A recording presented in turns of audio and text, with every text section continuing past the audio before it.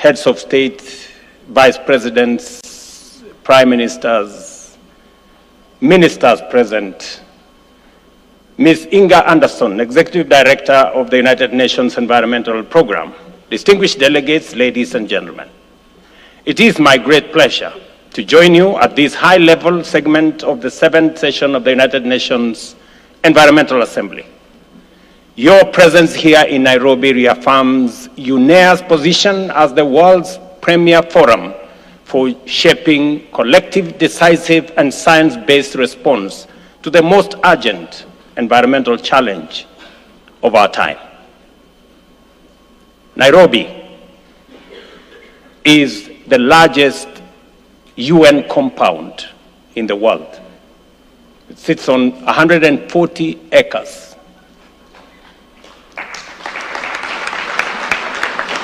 And you will have a taste of environment around this compound.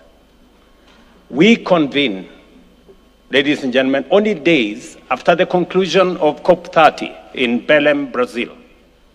It was a demanding negotiation and expectations were not fully met, but a tense global climate.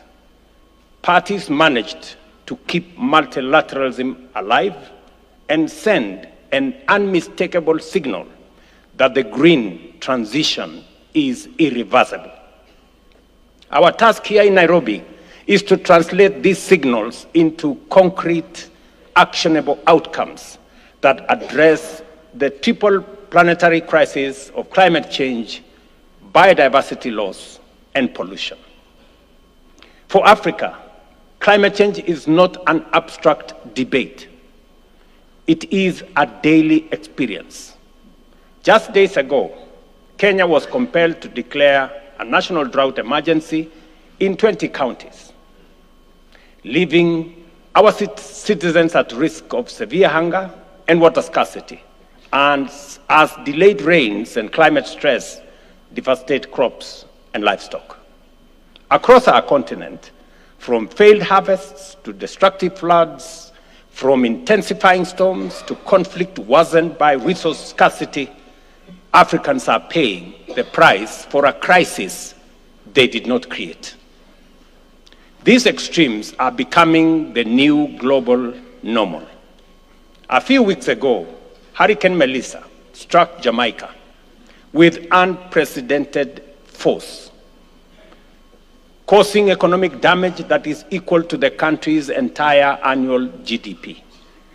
When I spoke to Prime Minister Holness when this hurricane struck, it was clear from his tone that that hurricane was devastating. In Southeast Asia, a single station in Vietnam recorded more than 1.7 meters of rainfall in just 24 hours. A rare cluster of cyclones triggered deadly floods and landslides in Indonesia, Sri Lanka, Thailand, killing thousands and displacing millions. Annual property losses from natural disasters have now been estimated at US dollars 150 billion. For Africa, these numbers add to the existing burdens of debt, infrastructure deficits, and limited fiscal space. Behind each statistic is a farmer, a small business, a community uprooted. They are the human face of a crisis accelerating faster than our institutions can keep pace. Meanwhile, the global economy is undergoing profound transformation. Artificial intelligence, digital technologies, and electrification are reshaping how we produce, work, and trade. If this transformation is not aligned with environmental protection, equity, and human dignity, we risk building a new high-tech economy on the old foundation of extraction, exclusion, and pollution. UNEA must therefore define the environmental guardrails for this new era of economic transformation. Excellencies, Africa envisions a future anchored in a modern digital and green economy powered by renewable energy, enabled by innovation, and climate-proofed from the start. Our task is to ensure that every investment in industry, in infrastructure, and technology reinforces resilience, protects nature, and creates opportunities for people. We already have a strong foundation. Africa has demonstrated leadership in climate ambition. The Africa Climate Summit held in Nairobi and Addis in 2023 and 2025 reframed the continent not as a victim of climate crisis only, but as a co-architect of global solutions. The decision to bring COP to Addis in 2027 further confirms the shifting center of climate leadership. Even amid immense challenges, cooperation delivers results.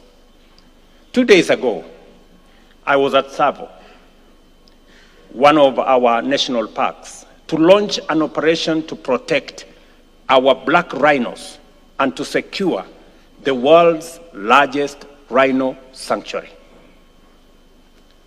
Just to give you context, Kenya hosts 80% of the world's black rhino population, and has the last two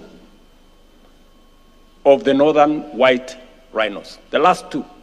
So biodiversity loss is not an abstract.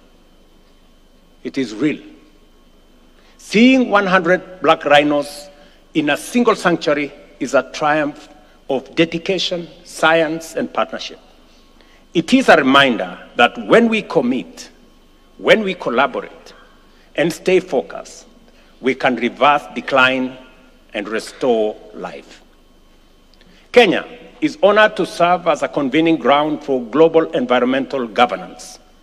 Next year will be transformative as we host the 11th Our Ocean Conference to rally commitments for the blue economy, sustainable fisheries, marine restoration, ocean finance, blue carbon ecosystems, and coastal protection. We will also host the International Clean Cooking Summit, recognizing clean cooking as a public health, gender, development, and climate priority. Kenya is further strengthening its engagement in the Congo Basin Initiative, partnering with Central African countries to safeguard one of the world's most important carbon and biodiversity reservoirs. One of the most visible symptoms of the triple crisis is plastic pollution. Plastics now contaminate our soils, our rivers, our oceans, the food we eat, and even our bodies. This threat demands an ambitious and effective international treaty. Kenya remains fully committed to an agreement that addresses plastics across their full life cycle. We commend the International Negotiating Committee for the progress made under extreme complex circumstances. To support the next phase of negotiations, Kenya stands ready to host a resumed session of the INC here at UNEP headquarters, the birthplace of this global effort. Ladies and gentlemen, strengthening UNEP and UNEA is essential to addressing the planetary crisis. As host country, Kenya is steadfast in supporting the consolidation of UNEP's headquarters functions in Nairobi, which is consistent with the Rio +20, the future we want outcome. A stronger UNEP, working closely with the broader UN system, will deliver more coherent, cost-effective, and inclusive global environmental governance. Member states must match their high-level presence here with financial and political support for UNEP and for implementation in every country, in every part of the world. environmental commitments must be backed by finance, technology, and capacity, especially for countries that are asked to safeguard global public goods while struggling with poverty and limited fiscal space.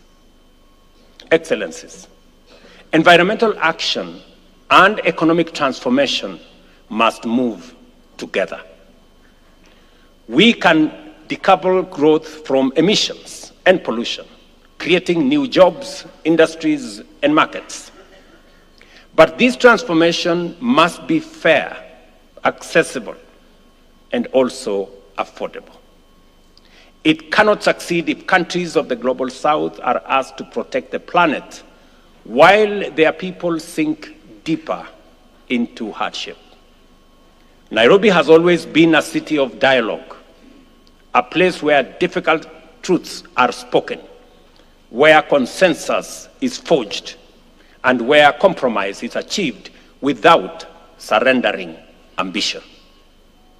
Let this UNEA 7 send 3 clear messages: that multilateralism works when nations show up, negotiate honestly, and act decisively; that Africa will not only bear the brunt of climate impacts, but will also lead in providing solutions; and that we are committed to aligning our economies with planetary boundaries that ensure that jobs, dignity, and prosperity for our people go hand in hand with a stable climate, thriving biodiversity, and a pollution-free future.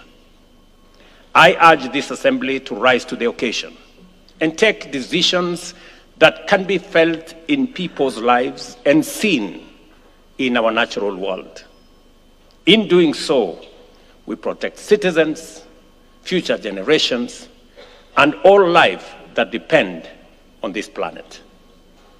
And because you too deserve to experience the country you help protect, I invite you to take some time to enjoy magical Kenya, our landscape, our wildlife, our oceans, and the warmth of the Kenyan people. In that same spirit, I extend a warm invitation to you to join us tomorrow as we mark 62 years of our hard-won independence, a celebration of our resilience, our democratic journey, and our shared commitment to safeguard the natural heritage that sustains us. I thank you for your attention.